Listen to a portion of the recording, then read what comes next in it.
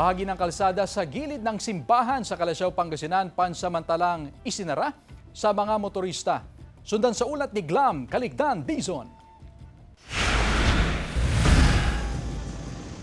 Hindi muna madadaanan ng mga motorista ang Fabian Season Road sa Barangay Poblasyon, Calasiao, Pangasinan matapos itong isara ng otoridad upang bigyang daan ang operasyon ng mga food stall na itinayo sa gilid ng simbahan ngayong Semana Santa. Mananatili sa lugar ang mga food stall hanggang madaling araw ng Biyernes Santo. Pagkatapos na dumalaw sa simbahan, diretso ang karamihan sa mga stall para kumain. Paboritong comfort food ng karamihan ang malinamnam at mainit na sabaw ng sotanghon soup. Dagdagan pa yan ng nilagang itlog. Yun ang hinahanap-hanap nila, sir. Hindi naman Calasiao lahat ang dumadalo dito eh. Maraming bayan. Minsan maabot pa ng diyan sa mga UST, ganun.